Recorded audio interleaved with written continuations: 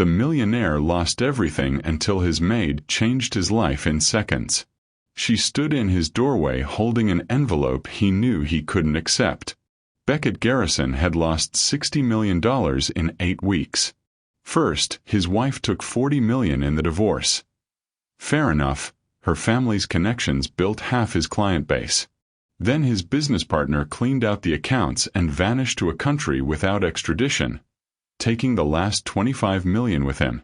He'd just paid Sage Vaughn her final wages with money he didn't have. Released her. Told her to find better employment because he was done. That was 2 weeks ago. Now she was back, and that envelope, he could see the thickness of it, could imagine the bills inside, represented something he couldn't stomach. Taking money from a woman who'd saved every dollar while cleaning his house for 6 years? "I'm not a charity case," he said. Sage smiled.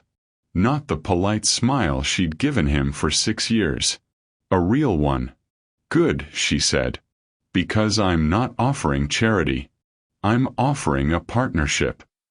Family, welcome back to our channel, where we bring you emotional stories of love. Because in truth, love and death cannot be escaped. No one can say when, how, or where. It's never too early or too late. If you're new to this channel, make sure to subscribe and hit the notification button right now so you don't miss what happens next. And if you're one of our returning viewers, thank you so much. We appreciate you. Now, stay with us to the end of this story. Leave a comment with your thoughts and like this video. Let's continue. The divorce papers came on a Tuesday. Beckett Garrison, 36 years old and about to lose $40 million, signed his name 19 times while his lawyer pretended not to notice his hand shaking. The pen was a Mont Blanc his wife, ex-wife, had given him for their 5th anniversary. The irony wasn't lost on him. "She's being generous," his lawyer said, which was lawyer speak for "this could have been worse." Generous.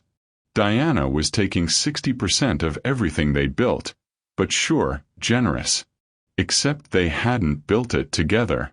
He'd built it while she networked at country clubs and introduced him to her family's wealthy friends who became his clients. Apparently, in Tennessee divorce court, that counted as sweat equity. He walked out of the lawyer's office into Nashville's February cold and sat in his car for 20 minutes before he could turn the key. His phone buzzed. Another client pulling out. That made 12 this month.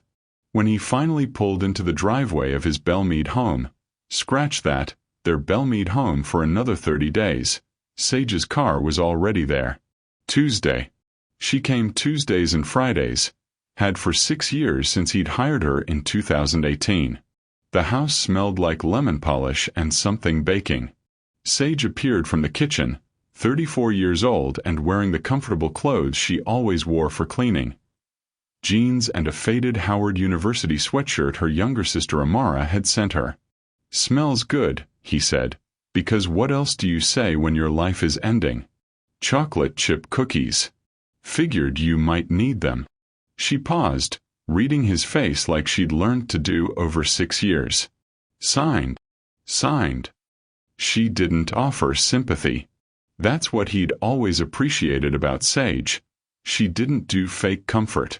Instead, she poured him coffee, black with 1 sugar, and slid the plate of warm cookies across the island.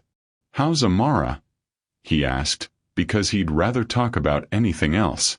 "Good. Finishing her master's thesis. She wanted me to thank you again for." "Don't." He held up a hand.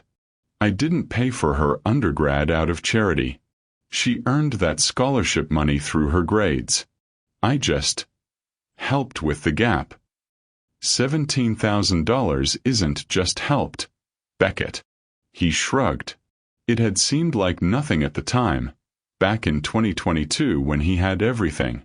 Now, 2 years later and $40 million later, it felt like a different lifetime. Sage studied him across the island.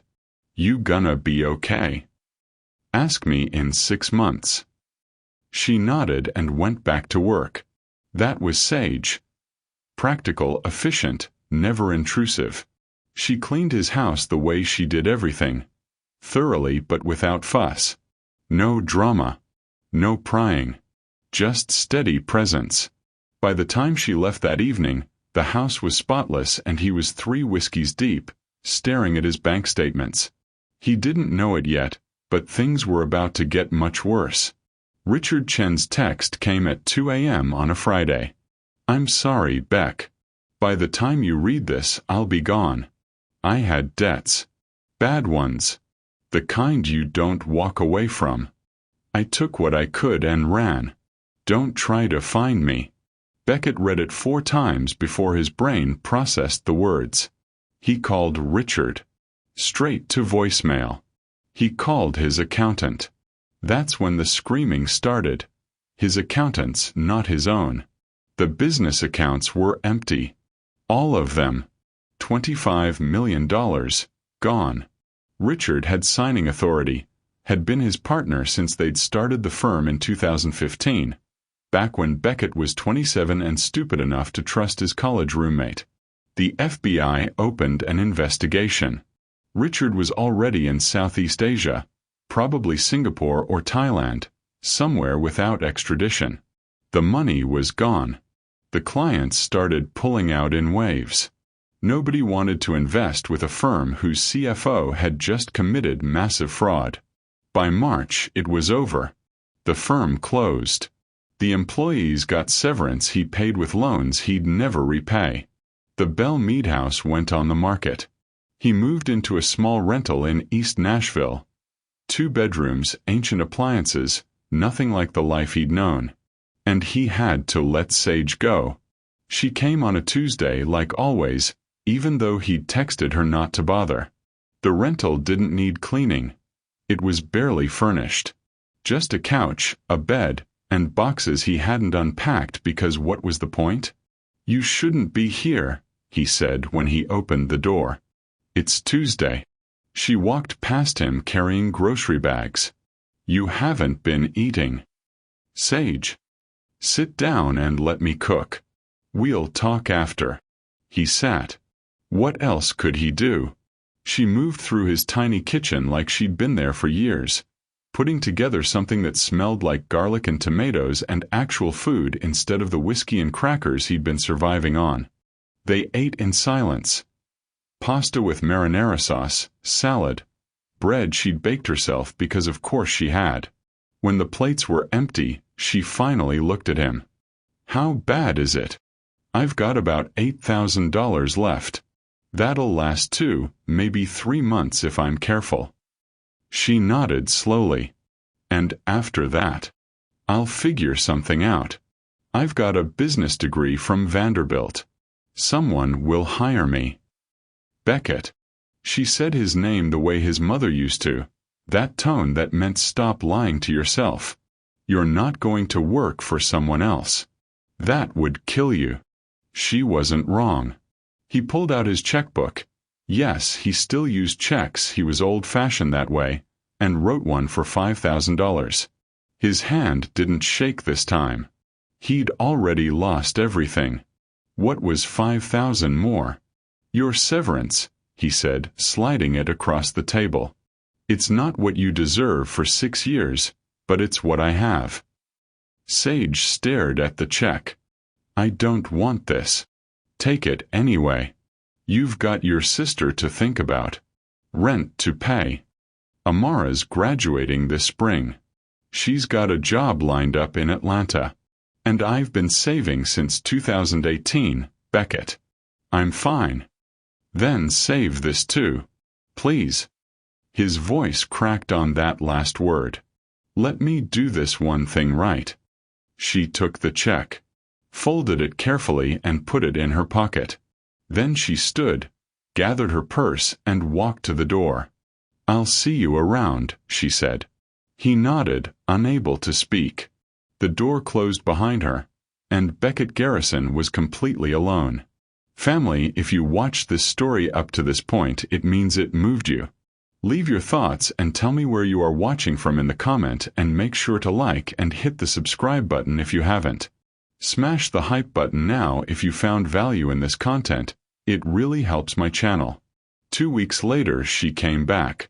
He'd spent those 14 days applying for jobs he was overqualified for and wouldn't get because the Nashville business community knew his name and his spectacular failure. He'd spent them eating ramen and avoiding phone calls and wondering when exactly his life had become a country song. So when Sage showed up on a Wednesday, not even a Tuesday, carrying that envelope, his first thought was she's returning the money. "I can't take it back," he said through the screen door. "Good. Because I'm not returning it." She held up the envelope. "Can I come in?" He opened the door. They sat on his second-hand couch, bought off Facebook Marketplace for $200, and she handed him the envelope. It was thick. Heavy. "There's $47,000 in there," Sage said. "Every penny I've saved in 6 years. I want to invest it in your new firm." His brain stopped working. "My what?" "Your new consulting business. Boutique investment advising. Small clients, personal service, ethical practices. Everything Richard wasn't." She leaned forward. "You're brilliant at what you do, Beckett. Richard was the problem, not you. You just need capital to start over, and I have it." "Sage, I can't." "Yes, you can. And you will. Because I'm not offering charity." Her voice was firm now, all business. "I'm offering investment in exchange for partnership. 50-50 split. Equal decision-making. I bring the capital and the street smarts. Yeah, I grew up watching my dad lose everything to bad investments, so I know what not to do. You bring the expertise and the client relationships you can rebuild." He stared at her. "You want to be my business partner?" "Equal partner. I'm not your employee anymore, Beckett. I'm your investor and I expect returns." "Why?" The word came out broken. "Why would you risk everything you have on me? I lost $65 million in 8 weeks. "No." She shook her head. "Your wife took what was partially hers, and your partner betrayed you. That's not the same as you failing. You know the difference." He didn't answer. "For 6 years, you treated me like a person. Not like help. Not like someone beneath you. You asked about my day. You helped my sister through school when you didn't have to. You remembered my birthday." Her voice softened. "When you had everything, you saw me. That's worth investing in." Beckett looked at the envelope. $47,000. 6 years of her life, saved dollar by dollar while she cleaned houses and took care of other people. "I could lose it all," he whispered. "I could fail again." "You could. Or we could build something real. Something that lasts." She stood up. "I'm going home. You've got 24 hours to decide. If you say yes, meet me at Frothy Monkey tomorrow at 9 a.m. We'll start planning. If you say no, I'll respect that, but I think you're better than your fear." She walked to the door, then paused. "Oh, and Beckett, I don't believe in you because you're white or rich or went to Vanderbilt. I believe in you because in 6 years, you never once made me feel small.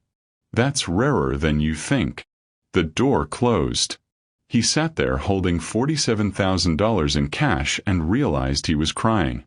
Beckett showed up at Frothy Monkey at 8:45 a.m. with the envelope, a business plan he'd worked on until 4 a.m., and a hope he didn't know he still had. Sage was already there, 2 coffees on the table.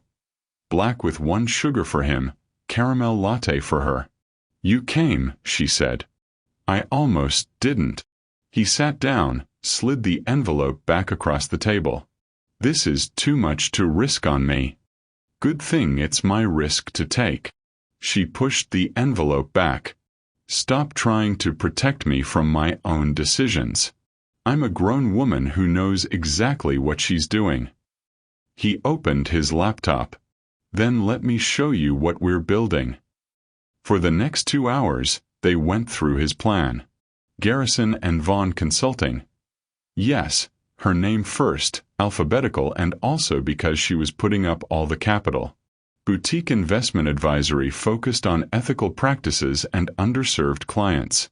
Small business owners, middle-class families planning retirement. People the big firms ignored. We need office space, Sage said, making notes on her phone. Nothing fancy. Just professional. There's a small space in Germantown. Month-to-month lease. $1,500. Includes utilities. Done. What about licensing and legal? I kept my investment advisor license current. Legal setup will cost about $3,000. She nodded. Website. I can build something basic. No. She looked up. If we're doing this, we do it right. Professional website, quality business cards, the works. First impressions matter. He'd forgotten what it felt like to have someone believe in him like this.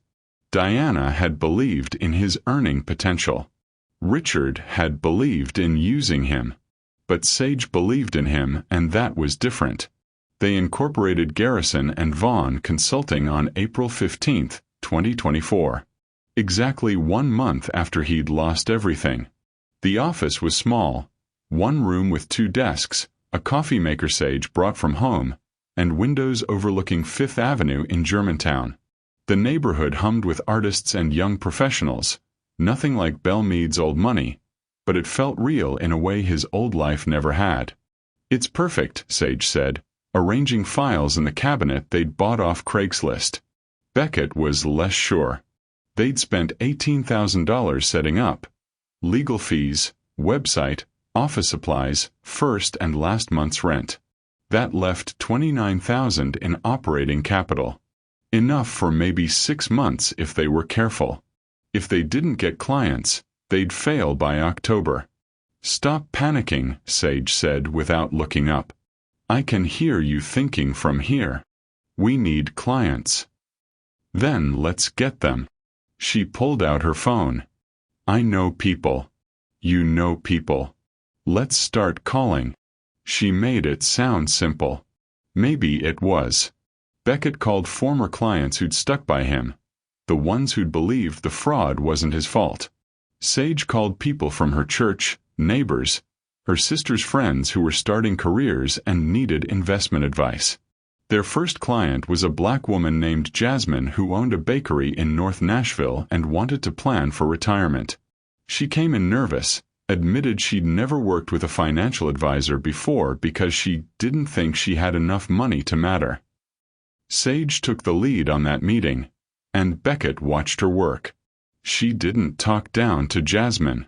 She didn't use jargon or make the woman feel stupid for not understanding compound interest.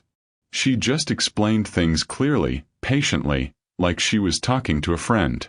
By the end of the meeting, Jasmine signed on. Their first client. $300 a month in fees. Not much, but it was something. You're good at this, Beckett said after Jasmine left. Sage smiled. I've been watching you for 6 years. I learned from the best. By the end of April, they had 7 clients. Small accounts, but steady. Total monthly revenue. $1,800. Not enough to live on, but it was a start. They fell into a rhythm. Beckett handled the complex investment strategies, the market analysis, the number crunching. Sage handled client relationships, marketing, the community outreach that brought in people who'd never have called a big investment firm. She had a gift for making people comfortable. A single father who worked construction and wanted to save for his daughter's college. An elderly couple who'd been scammed before and needed someone they could trust. A young teacher trying to figure out student loan repayment and retirement planning at the same time. Sage sat with all of them. Made them coffee. Listened to their stories. Never rushed them. You care about them, Beckett said one evening after their last client left. It was 7 p.m., and they were both exhausted. Of course I care. They're trusting us with their futures." She looked at him. "Don't you care?" "I do now." He'd cared about returns before, about performance metrics and beating the market. But Sage made him remember these were people. Real lives, real dreams, real fears. "You're teaching me something." "What's that?" "That success isn't just about the numbers. It's about the people behind them." She held his gaze for a moment, something shifting in her expression. Then she looked away, gathering her things. "I should go. Early meeting tomorrow." "Sage." She paused at the door. "Thank you. For believing in me when I didn't believe in myself." "You would have done the same for me," she said quietly. The door closed, and Beckett sat in the empty office, wondering when exactly he'd started noticing the way her eyes crinkled when she smiled. When he'd started looking forward to their morning coffee conversations. When she'd stopped being his employee and become, what? His partner. His friend. His something more. He shut that thought down fast. She'd invested her life savings in him. He wasn't going to complicate that with feelings she probably didn't share. But the thought lingered anyway. By the end of May, they had 15 clients and monthly revenue of $4,200. Split 50-50, that was $2,100 each. Barely enough to live on, but it was working. They celebrated with takeout Thai food eaten at their desks, laughing over pad Thai and spring rolls, and Beckett caught himself watching her laugh.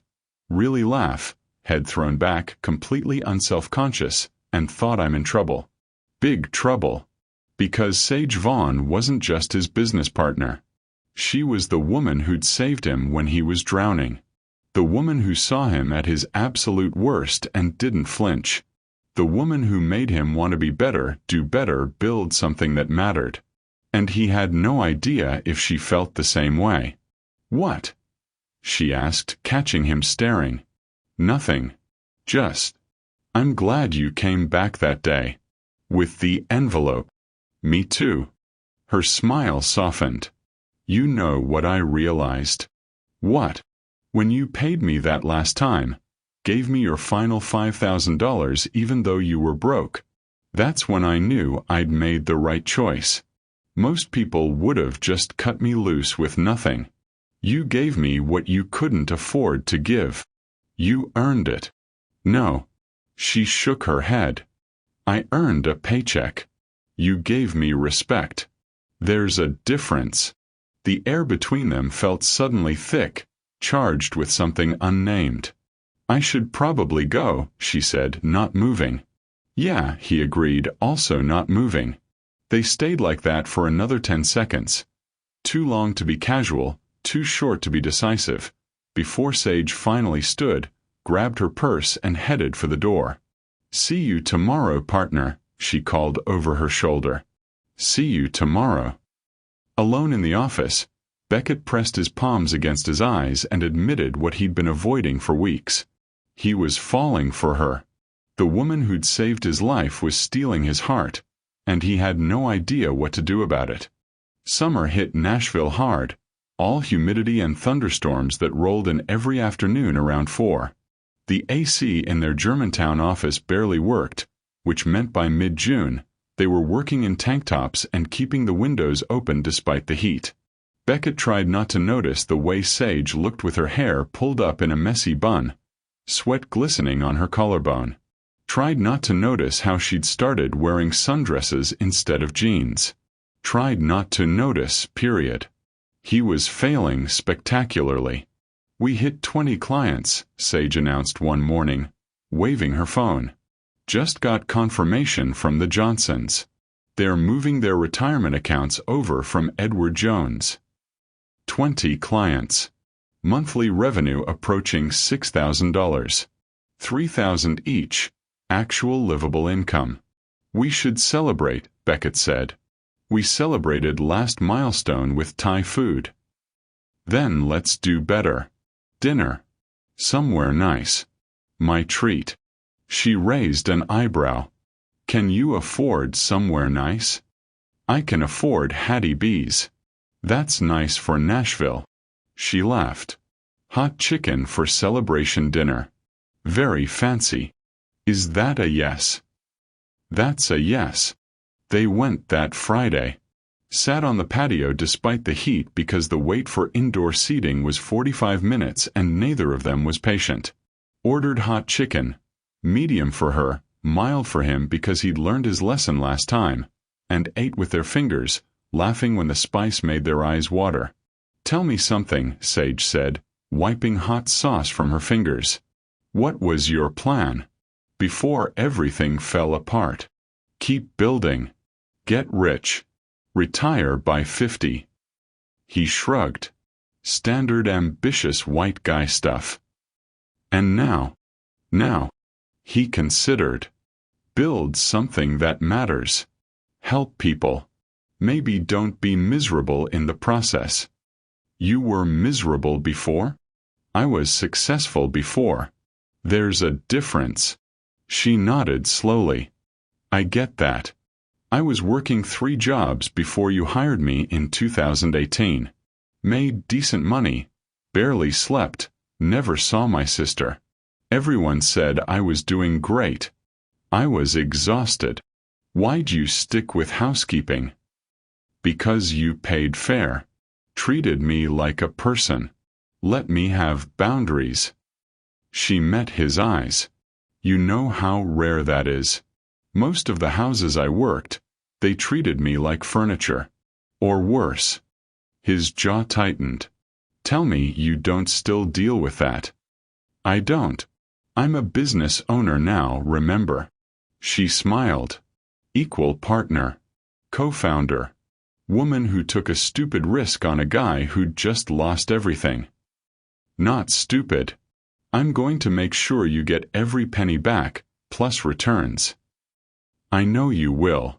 But even if you didn't, I wouldn't regret it. She leaned forward.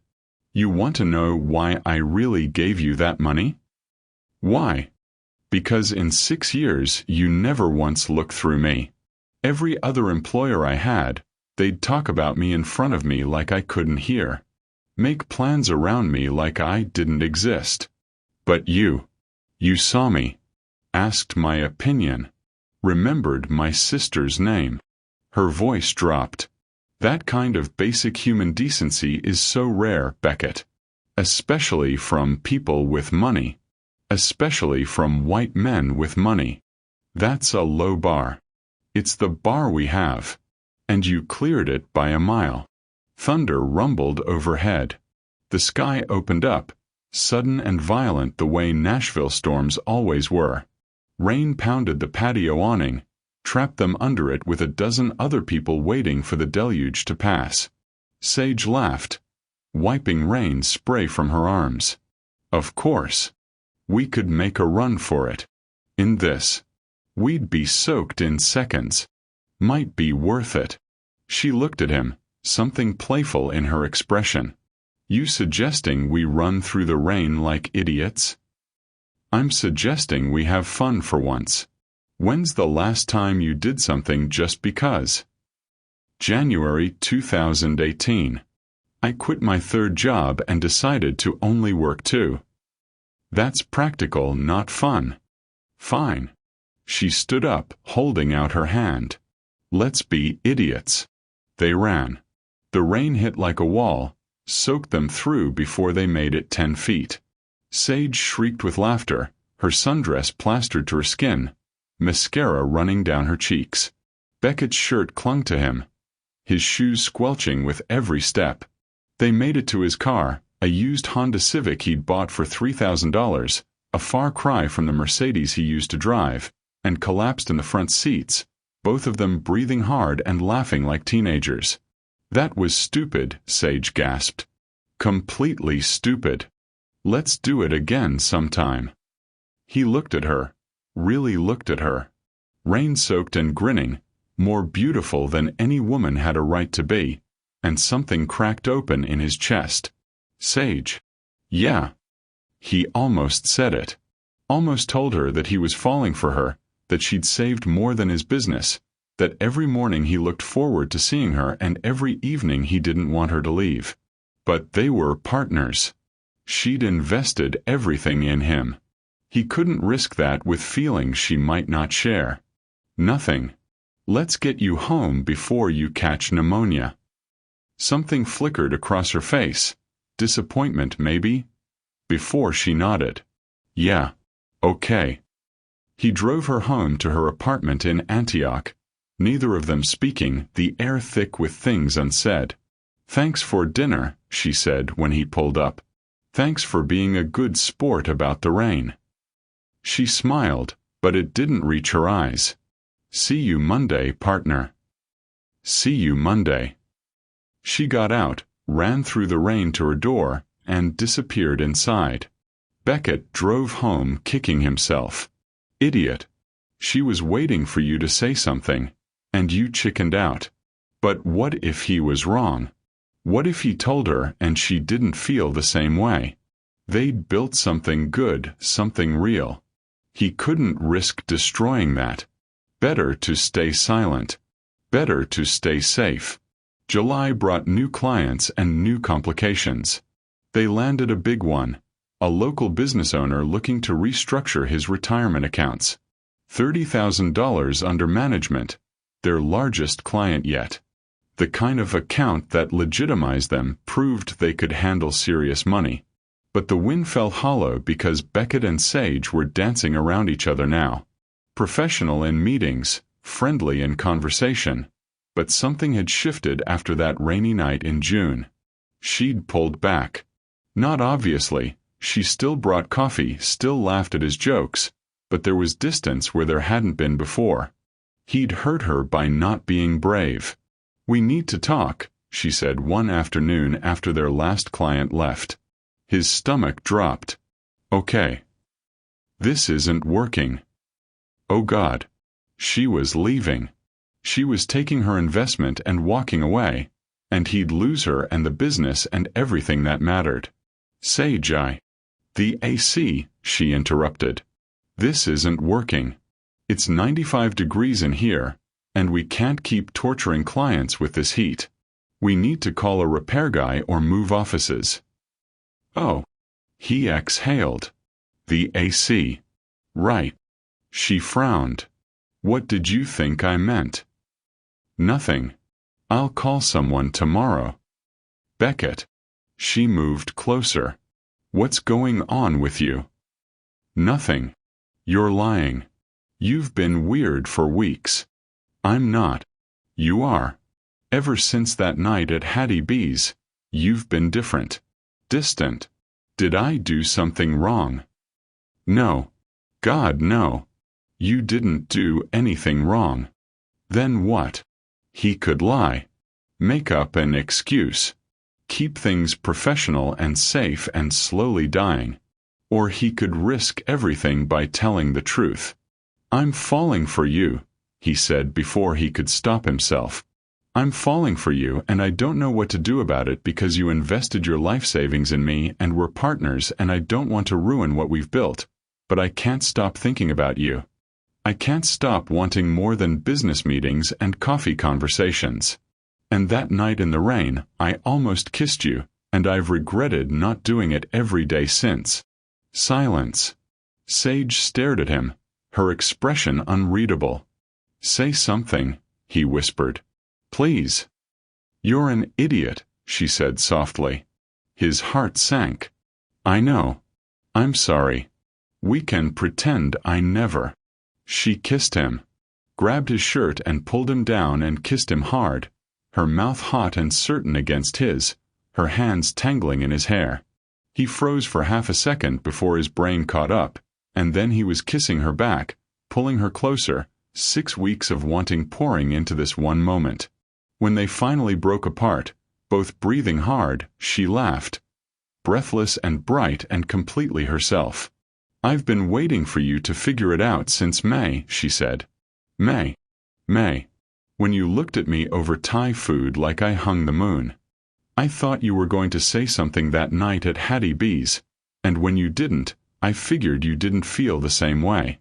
I was trying not to complicate our partnership. Beckett. She cupped his face. Our partnership was already complicated the second I handed you $47,000.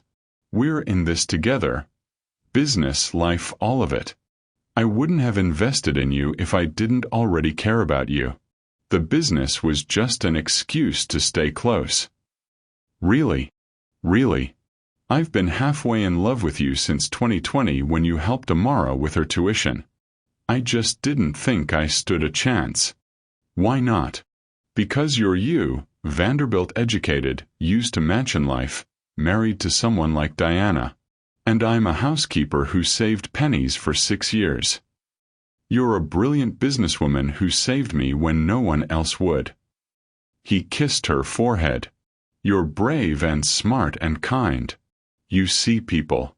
You make them feel valued. And you're the best decision I ever made, Sage Vaughn. She smiled against his chest. We're really doing this? Mixing business and us. We've been doing this since March. We just finally made it official. Then kiss me again, partner. We've got 6 weeks of lost time to make up for. He did. And this time he didn't pull away. They decided to keep the relationship quiet at first. Not secret, just private. Let the business establish itself before people started talking about the boss sleeping with his partner. Never mind that they were equal partners. Never mind that she'd invested in him. People would talk anyway. Doesn't bother you? Sage asked one morning, both of them arriving early to the office before clients. She handed him his coffee, black with 1 sugar, same as always, but now she kissed him when she did it. What doesn't bother me? That people might think you're with me because of the money I gave you. Gold digger jokes, but in reverse. He pulled her into his lap. Let them think whatever they want. I know the truth. You know the truth. That's what matters. And the truth is I'm with you because you're brilliant and funny and you make me want to be better. The money was just the excuse you used to force your way into my life. She laughed. Is that what I did? Absolutely. Showed up at my door with $47,000 and refused to take no for an answer. Pretty aggressive move, Vaughn. It worked, didn't it? It did. He kissed her, soft and slow. Best investment you ever made. Beckett's ex-wife called on a Thursday. Diana. He hadn't heard from her since the divorce finalized in January. 6 months of blessed silence. Now her name lit up his phone, and his stomach turned. I have to take this, he told Sage. She nodded, reading his expression. I'll give you privacy. He stepped outside, answered on the 4th ring. Diana. Beckett. How are you? Her voice was sugary, fake concerned. What do you want? I heard you started a new firm. Congratulations. He said nothing. I also heard you have a new partner. Sage Vaughn. Isn't that your old housekeeper? His jaw tightened. She's my business partner and co-founder. How progressive of you. Diana's laugh was cold. Dating the help. I suppose when you lose everything, you take what you can get. We're done here. Wait. I'm calling because I actually need your help. That stopped him. My help. Financial advice. My portfolio isn't performing well, and my current advisor is useless. I thought maybe you could. No. Beckett. You took $40 million from me, Diana. You don't get my help too. I took what I was legally entitled to. What I earned by building your client base. You threw parties and played tennis. That's not building a business. And yet the court disagreed. Her voice turned sharp. Fine. I don't need you anyway. But I hope you know what you're doing, Beckett. Getting involved with an employee, mixing business with personal. It never ends well. Ask Richard how that worked out." She hung up. Beckett stood there, phone in hand, fury and old wounds bleeding fresh. Richard had been his partner, his college roommate, the best man at his wedding. And Richard had destroyed him without a second thought. Was he making the same mistake with Sage? No. Sage wasn't Richard. Sage wasn't Diana. Sage had invested in him when he had nothing. She'd believed in him when no one else would. But Diana's words wormed under his skin anyway. Mixing business with personal. It never ends well. He went back inside. Sage looked up from her computer, reading his face immediately. What did she want? To remind me why I divorced her. He sat down heavily. She heard about us. Made some comments. What kind of comments? The kind designed to get in my head. Make me second-guess things. Sage closed her laptop. Are you second-guessing? No. Maybe. I don't know. He ran his hands through his hair. Richard was my partner. I trusted him completely. He stole everything and vanished. Diana was my wife. I trusted her completely. She took half of everything and walked away. And now you're both. My partner and the woman I'm falling in love with. And what if? Stop. She came around the desk, pulled her chair next to his. Look at me. He did. I'm not Richard. I'm not Diana. I'm not going to betray you or use you or disappear. Her voice was firm. But if you don't believe that, if you're going to spend our entire relationship waiting for me to turn into them, then maybe we should stop now. Because I can't compete with ghosts, Beckett. I don't want you to compete with them. Then what do you want? I want to stop being afraid. The admission cracked something open. I want to trust you the way you trusted me. I want to believe this is real and it's going to last. It is real. But you have to choose to believe that. I can't do it for you. He pulled her close, buried his face in her neck. I'm sorry. Diana got in my head. She's good at that, I bet. The best. Well, I'm better. She pulled back, meeting his eyes. You know how I know we're different from them? How? Because we're building something together. Not using each other. Not taking from each other. Building. Every client we help, every dollar we earn, every risk we take, we're doing it together. She touched his face.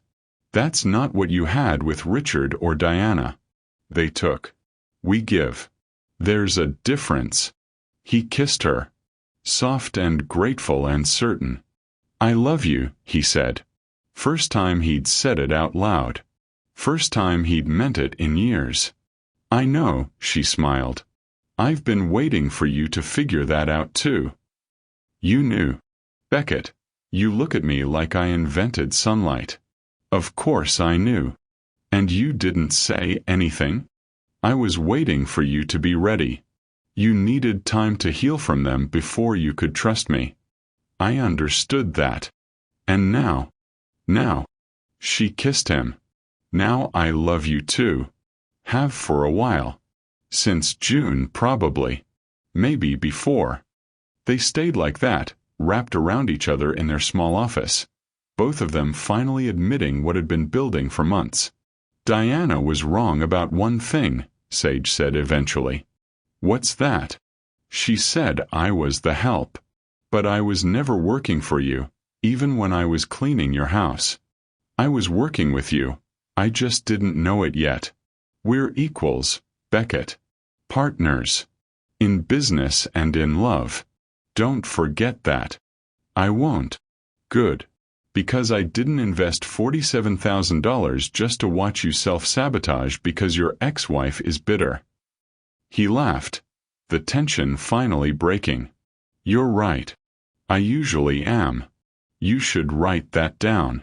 They told Amara first. Sage's younger sister came up from Atlanta for the weekend, 29 years old and newly employed as a data analyst at a tech company. She took one look at Beckett and Sage together and said, "Finally."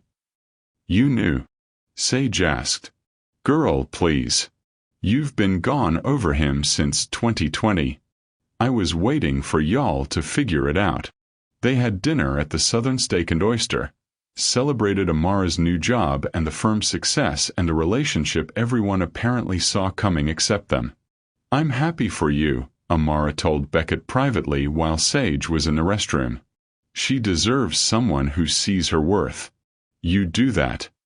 "She saved my life," he said simply.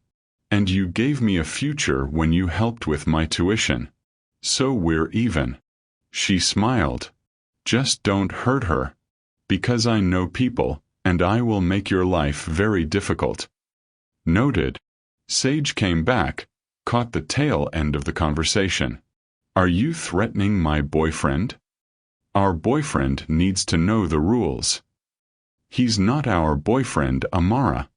"Well, he helped raise me through college, so he's basically family. That makes him partially mine." Beckett laughed, watching them bicker like the sisters they were, and felt something settle in his chest. This was family, not the cold transactional relationship he'd had with Diana, not the betrayal from Richard. This was real. This was home.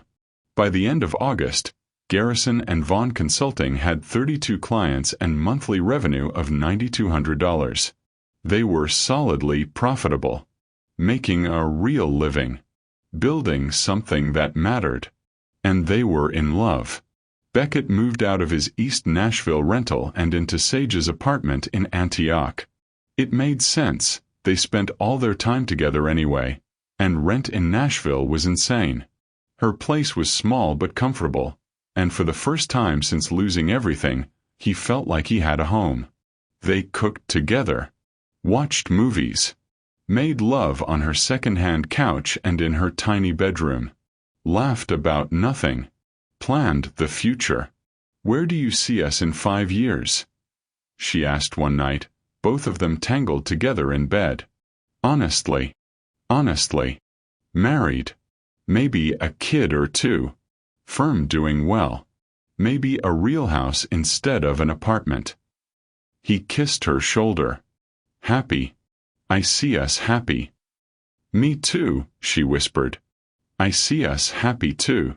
The email came on a Tuesday morning. Beckett was reading through quarterly reports when his phone buzzed with a notification he'd set up months ago. Any news mentioning Richard Chen's name. The FBI had found him. Singapore. Arrested him on international fraud charges. Extradition pending. His hands shook as he read the article. "Beckett." Sage looked up from her desk. "What's wrong?" He turned his laptop around, showed her the headline. "Fugitive CFO Richard Chen arrested in Singapore, facing federal charges." "They got him," he said, his voice flat. Sage came around the desk, read over his shoulder. "That's good news, right?" "I don't know. Maybe." He stood up, paced to the window. "They'll want me to testify. Go through everything again. The whole disaster. You don't have to." "I do. If I don't testify, he might walk. And if he walks—" Beckett trailed off. "Then what?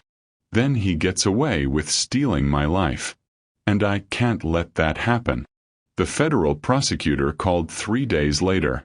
Young woman, all business, explained they needed Beckett's testimony to establish the pattern of fraud. Richard had stolen from 6 other clients besides the firm's operational accounts.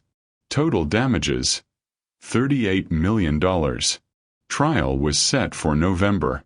"I'll be in D.C. for a week, maybe more," Beckett told Sage that evening. They were at home, her apartment that had become their apartment. "Can you handle the firm alone?" "Of course. But I'm coming with you." "Sage, you're not doing this alone." Her tone left no room for argument. "We're partners, remember? In everything. It's going to be ugly. Diana will probably be there. Her family lost money too when Richard ran. And I'll have to relive the worst months of my life in front of a courtroom. Then you'll need someone who loves you there to remind you who you are now, not who you were then." She took his hand. "Let me be there for you the way you've been there for me." He pulled her close, grateful beyond words. But before they could get to D.C., Diana showed up in Nashville. She walked into Garrison and Vaughn Consulting on a Thursday afternoon, dressed like she was attending a board meeting. Designer suit, perfect hair, the diamond ring she'd bought herself after the divorce. "Nice office," she said, looking around their small space with thinly veiled contempt. "Cozy." "What do you want, Diana?" Beckett stood up, putting himself between her and Sage. "I wanted to talk before the trial. About Richard." "There's nothing to talk about." "There is, actually." Diana's smile was sharp. "The prosecutor called me. Asked me to testify about Richard's behavior, the fraud he committed against my family's accounts. I said I'd think about it." "Why wouldn't you testify?" "He stole from you too." "Because testifying means airing a lot of dirty laundry, including some details about our marriage you might not want made public." Beckett went cold. "What are you talking about?" "Oh, come on. You think Richard operated alone? You think he made all those investment decisions without anyone noticing?" She tilted her head. "Some people might wonder if you were involved. If you looked the other way because you were profiting too. That's not true, and you know it." "I know it. But does the court? Does the media? Does Nashville's business community?" She glanced at Sage. "Does your new girlfriend?" Sage stood up. "You need to leave." "Who are you to tell me? I'm his partner. Equal partner. Co-owner of this firm. And you're harassing us in our place of business." Sage moved forward, all 5'6" of righteous anger. "So I'm telling you politely, get out before I call security." "This building doesn't have security." "Then I'll call the police and report trespassing." Sage pulled out her phone. "Your choice." Diana looked between them, something calculating in her expression. "Fine. I'll go. But think about what I said, Beckett. Testifying comes with consequences. For both of us." She left, her heels clicking on the hardwood. Sage turned to him. "Please tell me she's lying. About you being involved." "I didn't know. I swear to you, Sage. I had no idea what Richard was doing." "I believe you." She took his hands. "But she's going to try to destroy you if you testify. You know that, right? Let her try. I'm not letting Richard walk because Diana wants to protect herself." Herself from what? That's when it clicked. She knew. She had to have known some of what Richard was doing. Her family's accounts were part of his fraud scheme. If I testify and the prosecutor digs deeper, they might find evidence Diana was complicit. "So she's threatening you to protect herself?" "Exactly." Sage sat down hard. "What are we going to do?" "We're going to D.C. We're going to testify. And we're going to let the truth come out, whatever it is." He knelt in front of her. "This is going to get messy. The media will dig into everything. Our relationship, the business, my divorce. They'll probably say I'm dating you as some kind of power play or that you're taking advantage of me. It's going to be ugly." "I can handle ugly. Can you handle them calling you a gold digger? Saying you preyed on a vulnerable man? Because that's what they'll say. Let them." Her voice was steel. "I know the truth. You know the truth. Anyone who matters knows the truth. The rest is just noise. You sure? I didn't invest $47,000 in you to run when things got hard. She kissed him. We're in this together. All of it. The media found out about their relationship exactly 2 days after Diana's visit. Disgraced investment manager Beckett Garrison dating former housekeeper ran the headline in Nashville's Business Journal. The article was full of implications, that Sage had taken advantage of him, that their business was a front, that she was after whatever money he had left.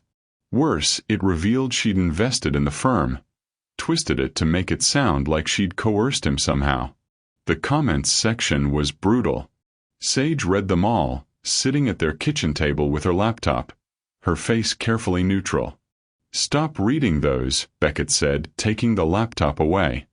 I need to know what people are saying. You need to remember that people are idiots who don't know us. They're calling me a vulture, saying I saw a rich white man at his lowest and pounced. They're wrong. They're saying you're pathetic for dating the help. Also wrong. They're saying we won't last. That I'm with you for money you don't even have anymore. Her voice cracked. What if they're right? Sage.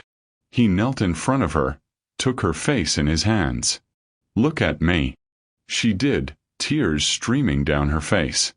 They're wrong about all of it. You didn't prey on me. You saved me. You didn't take advantage. You invested in me when no one else would. You're not with me for money. I'm broke, remember. He smiled through his own tears. You're with me because somehow, impossibly, you love me. And I love you. That's the only truth that matters. I'm scared, she whispered. I'm scared this is going to destroy what we built. The business.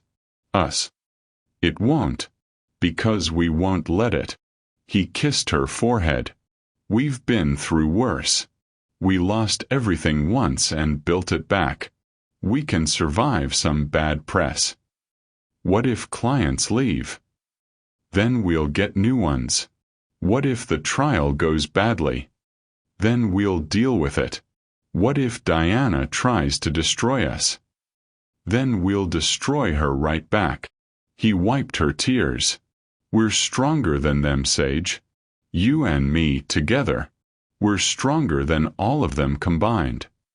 She nodded, but he could see the doubt in her eyes. That doubt grew over the next week as 3 clients pulled their accounts.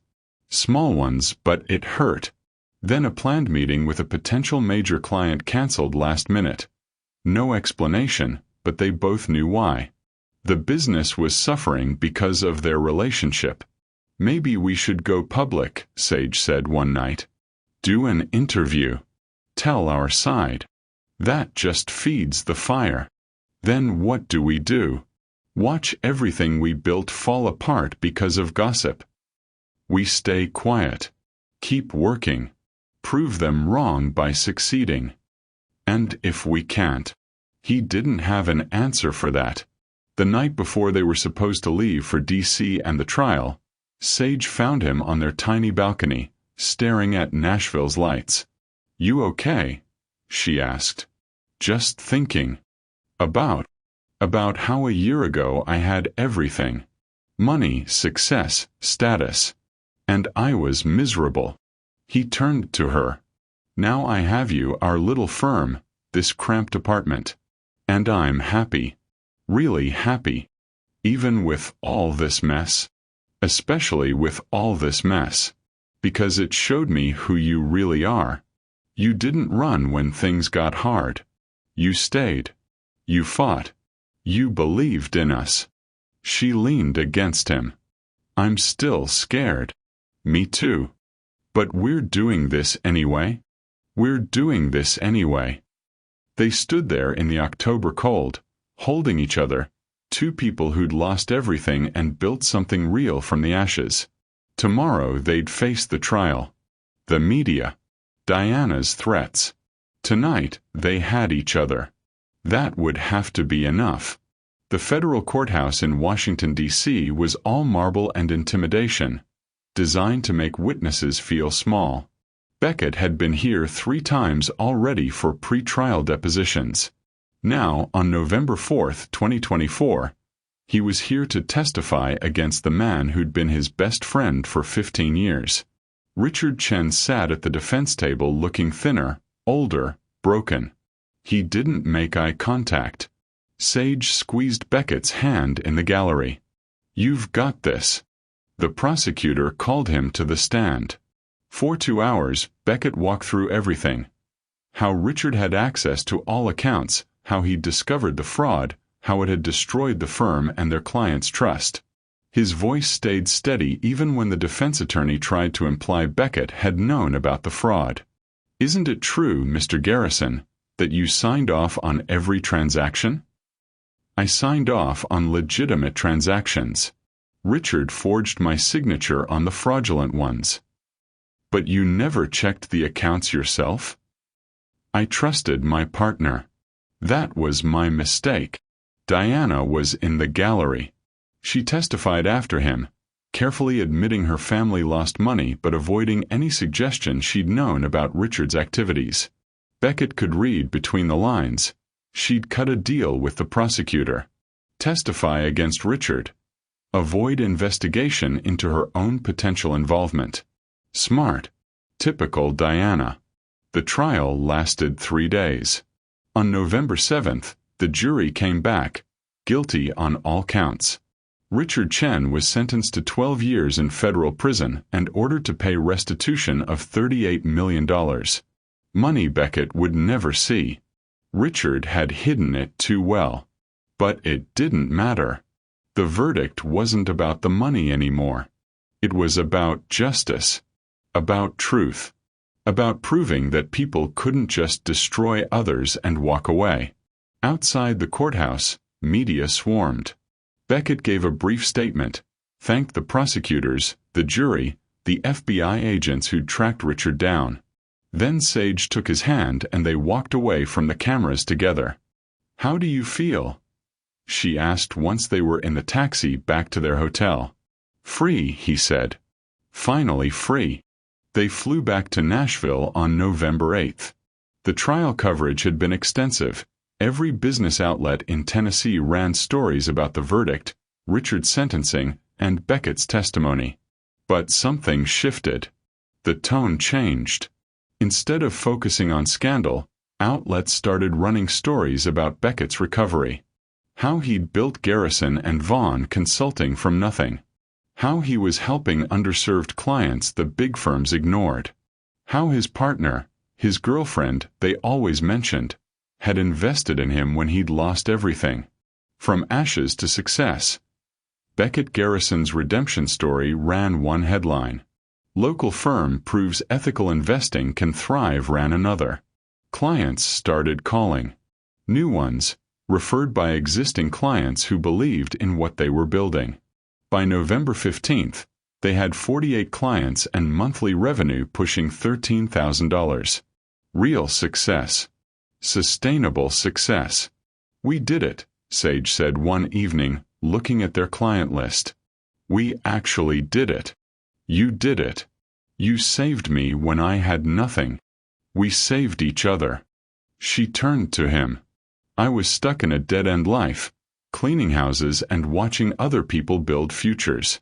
You gave me a reason to risk everything, to believe I could be more. You were always more. You just needed someone to see it." She kissed him, soft and certain. "So what now?" Now. He'd been planning this for weeks. Now we expand. Hire another advisor. Get a bigger office. Maybe start building towards something permanent. Like what? Like a life. A real life. Together. We already have that. I want more. He pulled a small box from his pocket. Sage's hands went to her mouth. "Beckett. I know it's fast. I know we've only been officially together for 4 months. But Sage, I've loved you longer than that. I've loved you since you showed up at my door with $47,000 and refused to let me fail. I've loved you through every client meeting, every late night, every moment of this crazy journey." He opened the box. The ring inside was simple. A small diamond on a gold band, nothing like the ostentatious ring he'd given Diana. This was real. Honest. True. "Will you marry me? Will you build this life with me? Not just the business, but everything? A home, a family, a future." Yes. She didn't hesitate. Yes, absolutely yes. He slid the ring onto her finger, pulled her close, kissed her while they both laughed and cried. Outside their office window, Nashville glittered with November lights, full of possibility. "I love you," he whispered against her hair. "I love you too." She pulled back, looked at the ring, looked at him. "You know what the best part is?" "What?" "You proposed not with money you inherited or success you took from others. You proposed with what we built. Together. That means everything. We're going to build so much more," he promised. "I know we are." They got married on November 30th, 2024. Not a big wedding, they couldn't afford that yet, and neither wanted the spectacle. Instead, they married at Centennial Park at sunset, with 20 people watching. Amara, a few close friends, some of their clients who'd become like family. Sage wore a simple cream dress she'd found at a boutique in East Nashville. Beckett wore the best suit he owned, not designer anymore, but it fit him well. They wrote their own vows. "I promise to be your partner," Beckett said, his voice thick with emotion. "In business, in love, in every challenge that comes. I promise to see you, really see you, every day. To respect you, challenge you, support you. To build a life with you that's honest and real and ours." "I promise to believe in you," Sage said, tears streaming down her face. "Even when you don't believe in yourself. I promise to invest in us, not just money but time and faith and everything I have. I promise to love you on the hard days and the easy days. To be your partner, your equal, your home." They exchanged simple gold bands, bought together, paid for together, chosen together. When the officiant said, "You may kiss your bride," Beckett kissed her like he'd been waiting his whole life for this moment. Because he had been. They celebrated at Rolf and Daughter's with their small group, eating family style and laughing and toasting to new beginnings. Amara cried through her maid of honor speech. Their friend Marcus, who'd been one of their first clients, told embarrassing stories about their early days. It was perfect. Small and honest and real. Everything Beckett's first wedding hadn't been. That night, in their cramped apartment that had become their first home, Sage curled against him in bed and whispered, "We did it. We built everything back. We built something better," he corrected. "Something real. You know what I realized." "What?" "When I gave you that $47,000, I thought I was investing in your business. In your comeback." She looked up at him. "But I was really investing in us. In this. I just didn't know it yet. Best investment you ever made.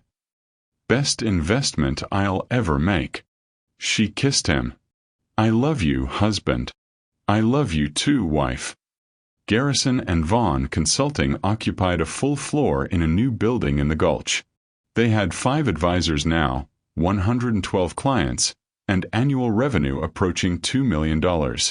Real success. Built ethically, slowly, with intention. But that wasn't the most important thing. Beckett stood in the doorway of their home office, not the cramped apartment anymore, but a real house they'd bought in Sylvan Park, nothing fancy but theirs, and watched Sage work. She was 36 now, still beautiful, still brilliant, 7 months pregnant with their first child.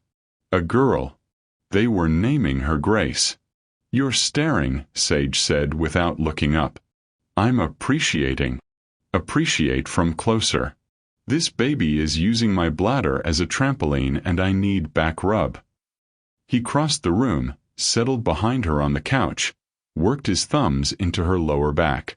She groaned with relief. "How was your day?" she asked. "Good. Signed 2 new clients. Both referred by the Johnsons." "That's great." She leaned back against him. "I called Amara. She's coming up for Thanksgiving with her boyfriend." "The lawyer." "The lawyer. She says they're serious. Your baby sister is all grown up." "Thanks to you. She told me yesterday that helping with her college tuition changed her life. That she wouldn't have her career or her confidence without you believing in her. I just saw potential and invested. Same thing you did for me. That's what we do." Sage put her hand over his on her belly, where their daughter kicked against their palms. "We see potential in people. We invest. We believe. That's not just our business model, it's our life." "Speaking of which," he kissed her neck. "I've been thinking. Once Grace is here and things settle down, maybe we start that foundation we talked about. The one that helps small business owners get started?" "Exactly. We've got the resources now. We could help people the way you helped me. Believe in them when no one else will. Give them a chance. I love that idea." She turned in his arms. "Look at us. 2 years ago, we were in that tiny office wondering if we'd make it. Now we're here. Successful business, beautiful home, baby on the way. 3 years ago, I'd lost everything. Then you showed up with an envelope full of cash and changed my life in seconds. You would have figured it out eventually. Maybe. But it wouldn't have been this." He gestured around them, the home, the life, the love. "This is what happens when someone sees you at your worst and chooses to stay. You became my partner, my wife, my everything. You gave me more than money, Sage. You gave me a reason to rebuild, to be better, to believe in myself again. We built this together." She kissed him. "That's the important part. Not that I saved you or you gave me opportunities. We chose each other. We worked together. We built together." Grace kicked again, hard enough to make them both laugh. "She's going to be strong like her mama," Beckett said. "And kind like her daddy." Sage smiled. "We're going to teach her that wealth isn't just money. It's relationships. It's believing in people.